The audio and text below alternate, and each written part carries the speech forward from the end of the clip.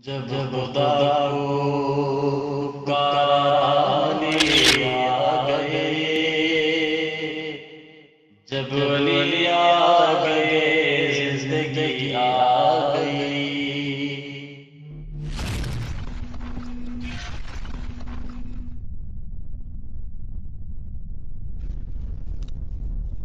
तीसरी मुनाफिकत मुलाहिजा हो कि मोहब्बत वाली मन गढ़त रिवायत की तशरीह में खुद साख्ता तरीके से फजाइल व मरातिब की तरतीब तय की जाती है। और इस हदीस में भी यही है कि आप सल्लल्लाहु अलैहि वसल्लम ने फरमाया अबू बकर हैं मर्दों में से, फिर पूछा गया, आपने फरमाया फिर उमर हैं, फिर आपने कुछ और लोगों का नाम लिया। तो जो भी आएंगे अबू बकर उमर के बाद आएंगे, फजाइल में, मनाकिब में, हुक्मरानी में, विलायत में, खिलाफत में, सरपरस्ती में, सब अबू बकर उमर के बाद आएंगे।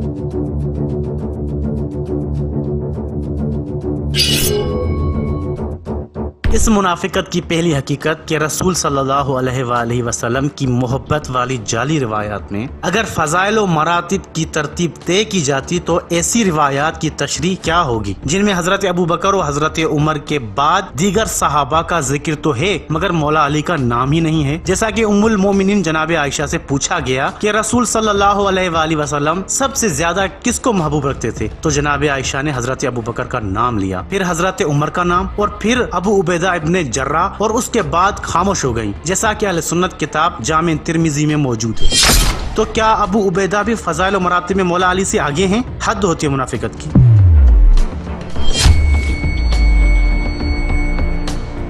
इस मुनाफिकत की दूसरी हकीकत कि जिस शख्सियत यानी हजरत अबू बकर को सबसे अफजल कहा जाता है वो सहाबा के भरे मजमे के सामने अलल ऐलान कहते थे कि मैं खलीफा हो गया हूँ मगर तुम लोगों से बेहतर नहीं हूँ, और किसी सहाबी ने हजरत अबू बकर की इस बात का इनकार नहीं किया था। और ऐसा कहना हजरत अबू बकर का तवाज़ो या इनकिसारी हरगिज नहीं था, क्योंकि ये कोई आम रस्मी मुलाकात नहीं थी बल्कि खिलाफत का पहला खुतबा था। अगर हजरत अबू बकर तमाम सहाबा से अफजल होते तो अपने फजाइल जरूर जिक्र करते, जैसा कि अहले सुन्नत किताब अल फसल में है। इस मुनाफिकत की तीसरी हकीकत कि किसी को अफजल कह देने से फजीलत नहीं मिल जाती बल्कि फजाइल भी होने चाहिए, और सहाबा में सिर्फ मौला अली हैं जिनके फजाइल के मुतालिक अहले सुन्नत उलमा की गवाही है कि मौला अली के अलावा किसी सहाबी के लिए इस कदर ज्यादा मनाकिब नकल नहीं हुए, जैसा कि अहले सुन्नत किताब अल इसाबा में है। और जिस कदर हसन असनाद के साथ मौला अली के फजाइल नकल हुए हैं किसी और सहाबी के लिए नहीं है, जैसा कि अहले सुन्नत किताब अल इस्तिआब में है। और जिस कदर जयीद असनाद के साथ मौला अली की मनाकिब नकल हुई हैं किसी और सहाबा के लिए नहीं है, जैसा कि अहले सुन्नत किताब फतहुल बारी में है।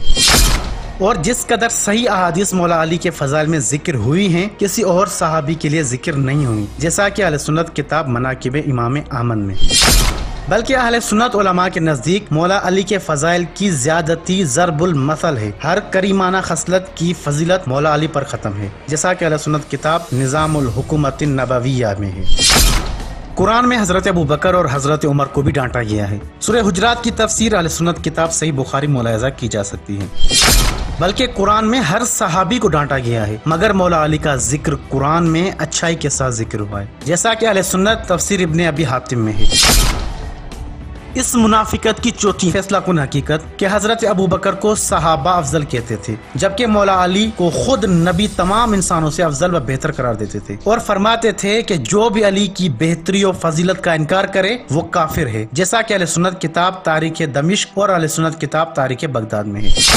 लिहाजा रसूल इस्लाम के फरमान हक बयान के बाद कोई मुनाफिक ही होगा जो मौला अली पर किसी और को फजीलत देगा। चौथी मुनाफिकत मुलाहिजा हो कि हजरत अबू बकर और हजरत उमर की इक्तिदा वाली मुनक़ते और बातिल रिवायत को रसूल की वसीयत के तौर पर पेश किया जाता है। लिहाजा मैं वसीयत करता हूँ तुम्हें कि मेरे बाद तुमने दो लोगों की पैरवी करनी है। वो कौन है? वाशारा इला अबी बकर व उमर। मुनाफिकत की पहली हकीकत कि अगर वाकईन रसूल अपने बाद हजरत अबू बकर और हजरत उमर के लिए वसीयत कर गए थे तो रसूल इस्लाम को वसीयत लिखने से मना क्यों किया गया, जबकि खुद हजरत उमर ने ही रसूल सल्लल्लाहु अलैहि वसल्लम को वसीयत लिखने नहीं दी थी, जैसा कि अहले सुन्नत किताब सही बुखारी में है। इस मुनाफिकत की दूसरी हकीकत कि अहले सुन्नत के यहाँ रसूल सल्लल्लाहु अलैहि वसल्लम की हकीकी वसीयत हदीस सकलैन ही है कि मैं तुम में कुरान और मेरी इतरत छोड़े जा रहा हूँ, जैसा कि अहले सुन्नत किताब नसीमुर रियाज में लफ्ज औसा साफ लिखा हुआ है। और यही वो वसीयत है जो रसूल इस्लाम ने मराज मौत में फरमाई थी, जैसा कि अहले सुन्नत किताब तहज़ीबुल लुगा में है।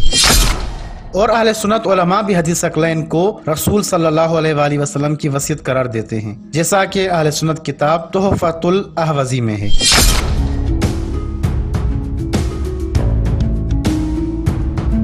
इस मुनाफिकत की तीसरी हकीकत कि रसूल सल्लल्लाहु अलैहि वसल्लम की यही वसीयत खुद हजरत उमर भी जानते थे। वसीयत के दौरान नबी करीम और हजरत उमर का मुकालमा और हदीस सकलैन को सामने रख कर जरा गौर करें कि रसूल इस्लाम ऐसी चीज लिखना चाहते थे जो गुमराही से बचाती, और हजरत उमर ने उस वक्त ये कहा था कि हमारे लिए कुरान काफी है। और ये दोनों बातें इकट्ठी सिर्फ हदीस सकलैन में हैं, यानी हदीस सकलैन में गुमराही से बचने का जिक्र भी है और कुरान का जिक्र भी। इसलिए जब हजरत उमर ने अहले बैत का जिक्र छोड़कर कहा कि हमारे लिए कुरान काफी है, तो रसूल इस्लाम समझ गए कि उम्मत सिर्फ आधी वसीयत को ही मानेगी, लिहाजा नबी ने बगैर कुछ लिखे सबको बाहर निकाल दिया।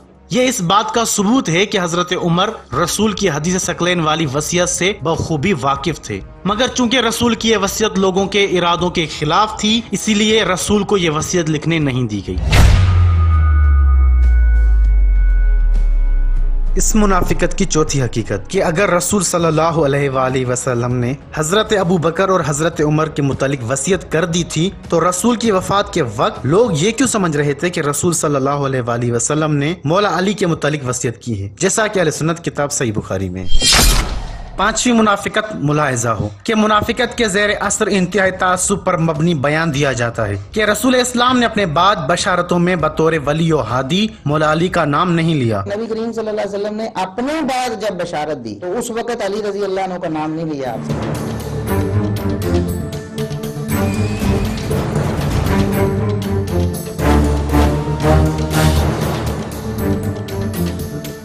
इस मुनाफिकत की पहली हकीकत कि कुरान में अल्लाह और नबी की विलायत के साथ जिक्र होने वाली तीसरी विलायत मौला अली की है, जैसा कि इन्नमा वलियुकुमुल्लाह की तफसीर में अहले सुन्नत तफसीर इब्ने अबी हातिम और दीगर अहले सुन्नत तफासिर में मौजूद है।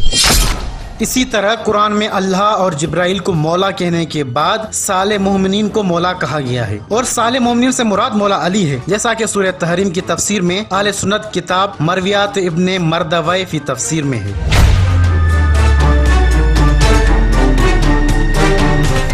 इस मुनाफिकत की दूसरी हकीकत कि नबी करीम की वाज़े बिशारतें भी मौला अली के लिए थी, और जो वाज़े अल्फाज मौला अली के लिए मुतवातिर और सही हदीस में जिक्र हुए हैं, ऐसा एक लफ्ज भी किसी और के लिए नहीं है। हम सिर्फ 7 अहले सुन्नत अहादीस जिक्र करेंगे। पहली हदीस कि रसूल इस्लाम ने हज्जतुल विदा के मौके पर इरशाद फरमाया कि जिसका मैं मौला हूँ उसका अली मौला है, जो कि मुतवातिर तरीन हदीस है, जिसे कई अहले सुन्नत उलमा ने अपनी किताबों में कई सहाबा से और कई तरीकों से नकल करके सही कहा है, और खुद मौला अली के पूछने पर कम अज कम 30 सहाबा ने खड़े होकर इस हदीस की तस्दीक की थी, जैसा कि अहले सुन्नत किताब सिलसिले अहादीस सहीहा में मौजूद है। दूसरी हदीस के इमाम अली के बारे में कुछ मत कहो, वो मेरे बाद तमाम लोगों से औला है, जैसा कि अहले सुन्नत किताब मजमू ज़वाइद में है। तीसरी हदीस के अली मेरे बाद हर मोमिन का वली है, जैसा कि अहले सुन्नत किताब अस्सुन्ना और अहले सुन्नत किताब सही इब्ने हिब्बान में है, और इन किताबों पर अलबानी की तहकीक में मौजूद है। चौथी हदीस कि रसूल इस्लाम ने मौला अली को अपने बाद वाज़ेह तौर पर खलीफा कहा है कि या अली तुम मेरे बाद हर मोमिन के लिए मेरे खलीफे हो, जैसा कि अहले सुन्नत किताब अस्सुन्ना में अलबानी की तहकीक में तहरीर है। पांचवी हदीस के कुरानी आयत की तफसीर में खुद रसूल इस्लाम ने मौला अली को अपने बाद हादी करार दिया है, जैसा कि अहले सुन्नत तफसीर तबरी में हसन रिवायत में लिखा है, बहवाला अहले सुन्नत किताब फतहुल बारी। छठी हदीस के रसूल इस्लाम ने मौला अली को अपने बाद कुरान और सुन्नत का वारिस करार दिया है, जैसा कि अहले सुन्नत किताब मुस्नदे फातिमा में है। सातवीं हदीस हजरत उमर के बकौल रसूल इस्लाम ने मौला अली को अपने बाद लोगों के इख्तलाफात का हाकिम मुय्यन किया था, और लोगों को हुक्म था कि अपने इख्तलाफात के फैसले के लिए मौला अली की तरफ रुजू करें, जैसा कि अहले सुन्नत किताब अखबारुल क़ुज़ात में है। रसूल इस्लाम की फरमाई गई इन 7 अहादीस में मौला अली के लिए हिदायत और रहबरी के लिए ऐसे वाज़ेह अल्फाज जिक्र हुए हैं जिन्हें तशरीह और तफसीर की कोई जरूरत ही नहीं। मुनाफिक मुखालिफिन के लिए इससे बढ़कर तमाचा हो ही नहीं सकता।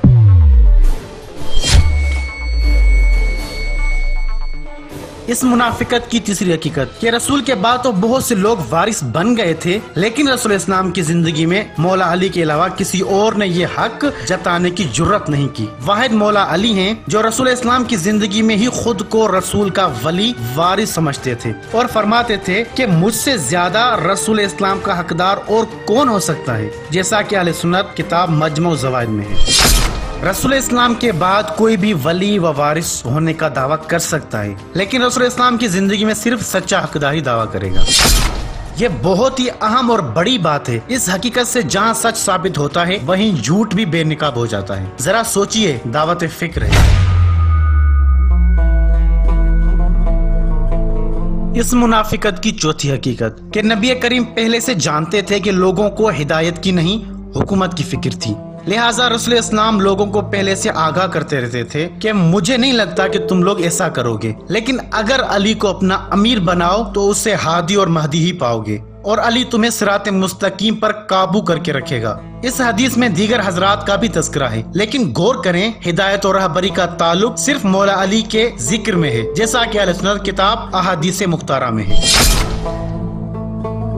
इस मुनाफिकत की पांचवी हकीकत और इसी हकीकत के पेश नजर मौला अली ने कभी भी खिलाफत के मामले में बगावत नहीं की और न ही तलवार उठाई कि रसूल इस्लाम ये तमाम हालात मौला अली को भी बता चुके थे कि या अली तुम मेरे बाद बहुत बड़ी जफाकशी से दो चार होंगे, जैसा कि अहले सुन्नत किताब मुस्तदरक के हाकिम में है। बल्कि रसूल इस्लाम ये भी फरमाते थे कि या अली तुम्हारे लिए लोगों की रंजिशें और नफरतें मेरे गुजरते ही जाहिर हो जाएंगी, जैसा कि अहले सुन्नत किताब मजमू ज़वाइद में है। और रसूल इस्लाम इंतहाई साफ पेशन गोई करके गए थे कि या अली मेरे बाद जल्द ही उम्मत तुमसे गद्दारी करेगी, जैसा कि अहले सुन्नत किताब मुस्तदरक के हाकिम में है। और फरमाया कि या अली तुम काबे की तरह हो और काबा कहीं चलकर नहीं जाता बल्कि आने वाले ही काबे की तरफ आते हैं। अगर लोग तुम्हारे पास खिलाफत के लिए चल कर आए तो खिलाफत कबूल करना, लेकिन उनके हाथ जाना नहीं, इंतजार करना लोग खुद चलकर तुम्हारे पास आए, जैसा कि अहले सुन्नत किताब उस्दुल गाबा में है। और साथ ही रसूल इस्लाम ने मौला अली को बर्दाश्त और तहम्मुल की वसीयत भी कर दी थी कि या अली मेरे बाद अनकरीब कई इख्लाफात और मामलात होंगे, जिस कदर मुमकिन हो सलामती बनाए रखना, जैसा कि अहले सुन्नत किताब मजमू ज़वाइद में है। रसूल इस्लाम की तमाम बातें सच साबित हुई जब हकीकी हादी को रसूल की मैयत पर छोड़कर उम्मत सकीफे में खलीफा खलीफा का खेल खेलती रही।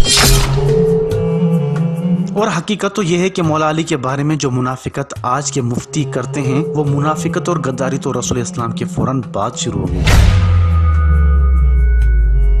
इस मुनाफिकत की छठी अफसोसनाक हकीकत कि मौला अली अलैहिस्सलाम उस अजीम गद्दारी और मुनाफिकत के बावजूद बगावत और तलवार जनी से बाज रहे, लेकिन हर मौके पर मुनासिब एहतजाज करते और अपना हक जताते रहे कि हम इस खिलाफत में अपना हक समझते थे, हमारे साथ ज्यादती हुई जिससे हमें दुख पहुंचा है, जैसा कि अहले सुन्नत किताब सही बुखारी में है।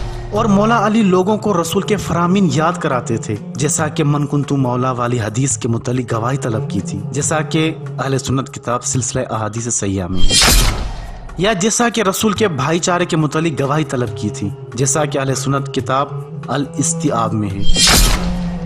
इस मुनाफिकत की सातवीं दिलसोज हकीकत कि मौला अली अलैहिस्सलाम उम्मत के इस अलमनाक गद्दारी पर बे इंतहा दुख और रंज का इजहार फरमाते थे कि नबी की वफात के बाद एक लम्हा भी मजलूमियत मुझसे अलग नहीं हुई, जैसा कि अहले सुन्नत किताब शरह नहजुल बलागा इब्न अबिल हदीद में है।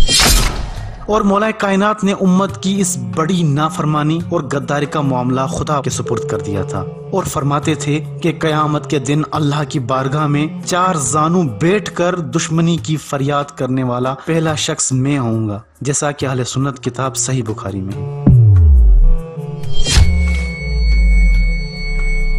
अगर किसी दिल पर मौला अली के बुग़्ज़ यानी मुनाफिकत की मोहर न हो तो इन तमाम हकायक पर गौर करने से खुद ब खुद अकल रोशन हो जाती है कि रसूल इस्लाम कहाँ ले जाना चाहते थे और उम्मत कहाँ पहुँच गई। जिन हस्तियों ने उम्मत की भलाई के लिए अपनी औलादें कुर्बान की, वही हस्तियाँ उम्मत की जफाओं का शिकार हुई। इन्ना लिल्लाहि व इन्ना इलैहि राजिऊन।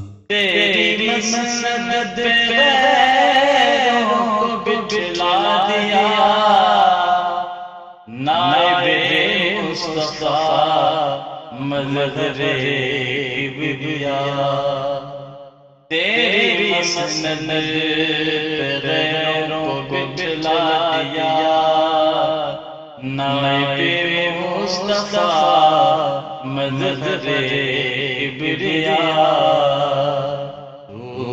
बलियो वसीयो अली रहा मंजिल में मेरी क्या कमी आ गई। इजाफी मुनाफिकतें।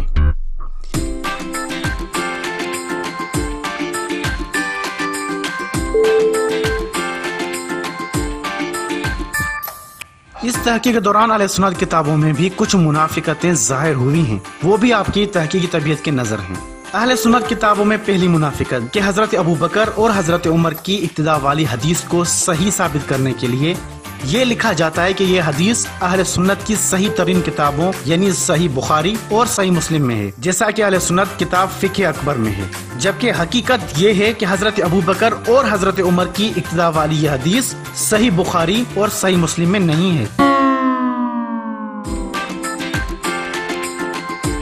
अहले सुन्नत किताबों में दूसरी मुनाफिकत के मौला अली के मनकबत वाली अहादीस को ज़ईफ करने का कोई बहाना नहीं मिलता, तो रावियों के शिया होने का बहाना बनाया जाता है। मजीद ये भी लिख दिया जाता है कि इस रिवायत से दिल मुतमईन नहीं होता, जैसा कि अहले सुन्नत किताब अल मुसन्नफ की तहकीक में है। जबकि हकीकत ये है कि रावी फित्र इब्न खलीफा सिक्का है और शिया होने के बावजूद सही बुखारी और दीगर अहले सुन्नत सिहा का रावी। अहले सुन्नत किताबों में तीसरी मुनाफिकत के मौला अली के फजाइल वाली हदीस को अहले सुन्नत उलमा हसन करार देते हैं, जैसा कि अहले सुन्नत किताब फतहुल बारी में है। लेकिन इस हदीस को इसी किताब के उर्दू तर्जुमे में गरीब लिखा जाता है, जैसा कि अहले सुन्नत किताब फतहुल बारी के उर्दू तर्जुमे फैजुल बारी में है।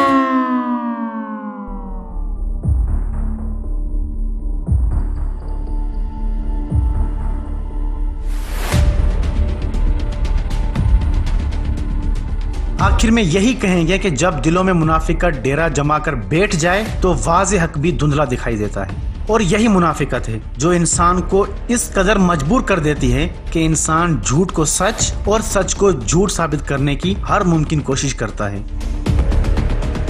अल्लाह ताला हमें और तमाम मुसलमानों को मुनाफिकत की अनदेखी आग से महफूज फरमाए। आमीन वल्हम्दुलिल्लाहि रब्बिल आलमीन।